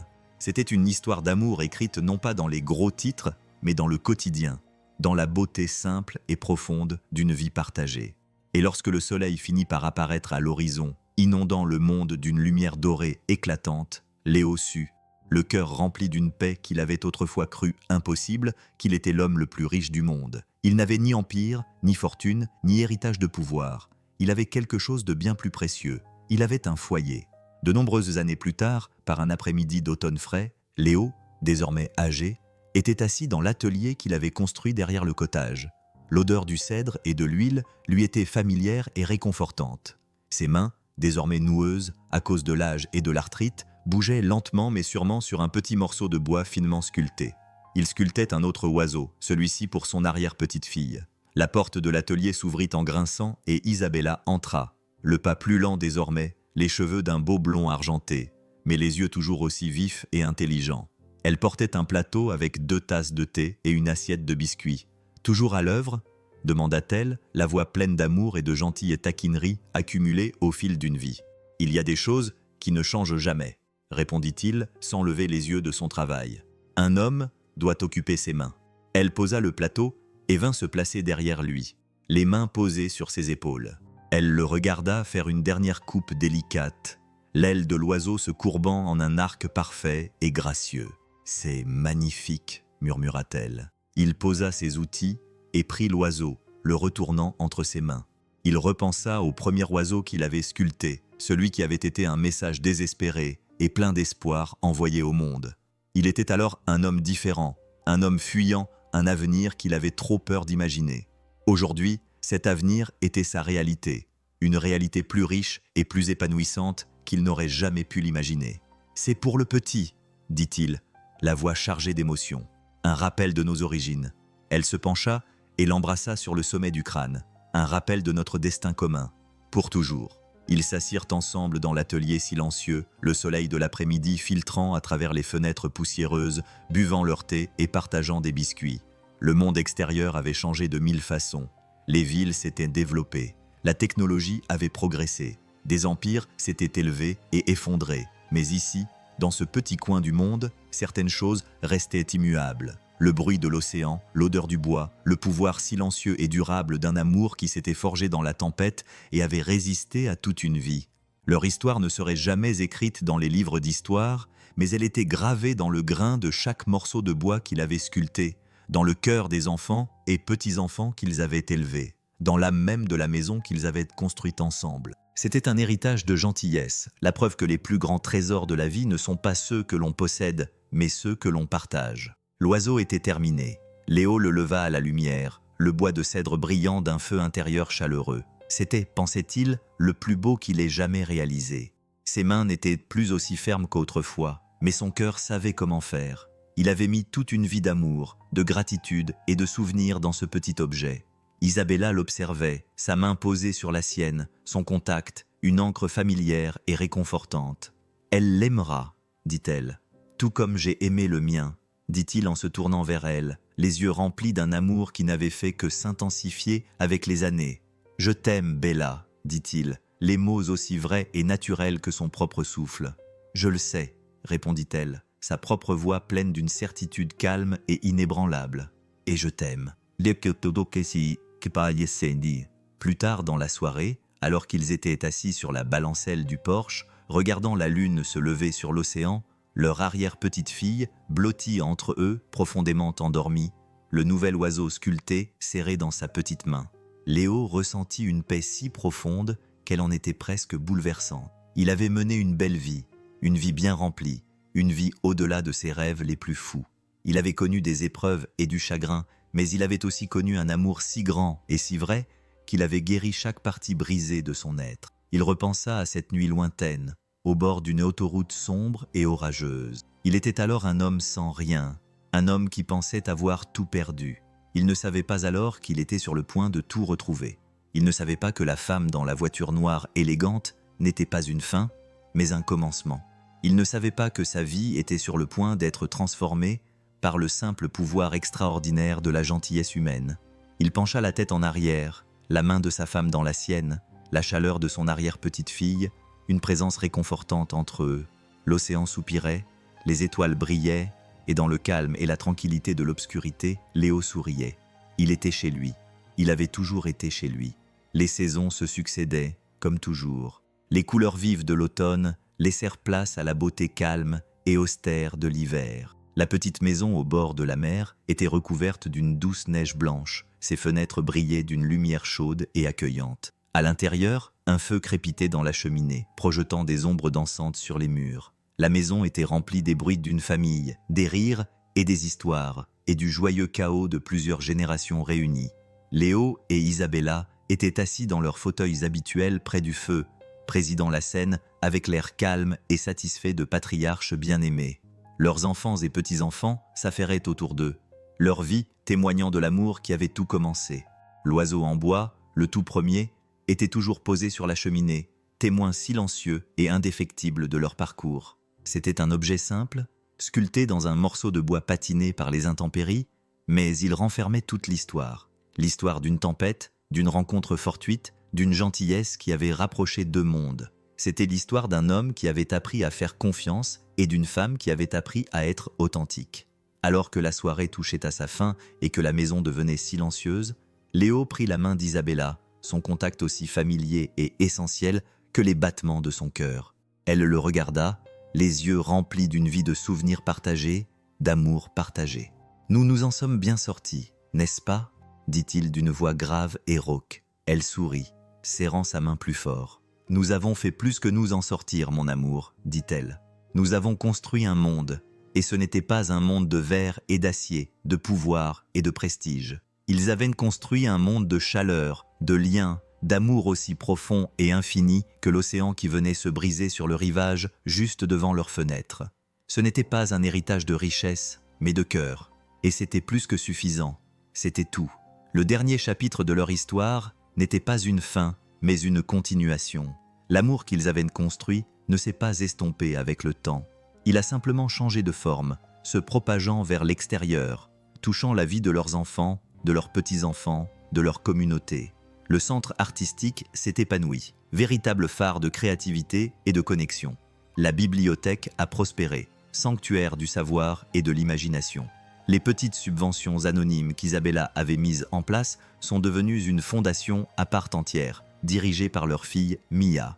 Une fondation qui soutenait non seulement les artistes, mais aussi toute personne dans le besoin. Toute personne qui, comme son père, s'était retrouvée sur le bord de la route ayant besoin d'un coup de main. Le cottage au bord de la mer restait le cœur de tout cela. Un lieu de pèlerinage pour une famille qui était devenue nombreuse et bruyante. Un lieu où le mythe fondateur était raconté et répété. Un rappel du pouvoir extraordinaire de la gentillesse ordinaire. Et au centre de tout cela se trouvaient Léo et Isabella. Leur amour était un ancrage calme et stable dans un monde en mutation. Ils avaient vieilli ensemble, leurs visages marqués par les rides d'une vie bien remplie, leurs mains noueuses mais toujours entrelacées. Ils avaient affronté des tempêtes, au sens propre comme au figuré, et en étaient sortis non pas indemnes, mais plus forts, leur lien forgé dans le feu des épreuves et tempéré par la douce grâce d'une vie partagée. Leur histoire d'amour était une histoire éternelle, une épopée tranquille, murmurée dans le rugissement de l'océan et le crépitement d'un feu de camp. C'était une histoire qui prouvait que les plus grandes aventures ne sont pas celles que nous recherchons, mais celles qui nous trouvent, souvent lorsque nous sommes le plus perdus. C'était une histoire qui rappelait à tous ceux qui l'entendaient que le foyer n'est pas un lieu, mais une personne. et que la chose la plus précieuse que nous puissions posséder est un amour qui nous voit, un amour qui nous guérit et un amour qui, contre toute attente, reste. Et ainsi, leur histoire a continué à vivre, une mélodie intemporelle et magnifique dans la grande symphonie chaotique de la vie.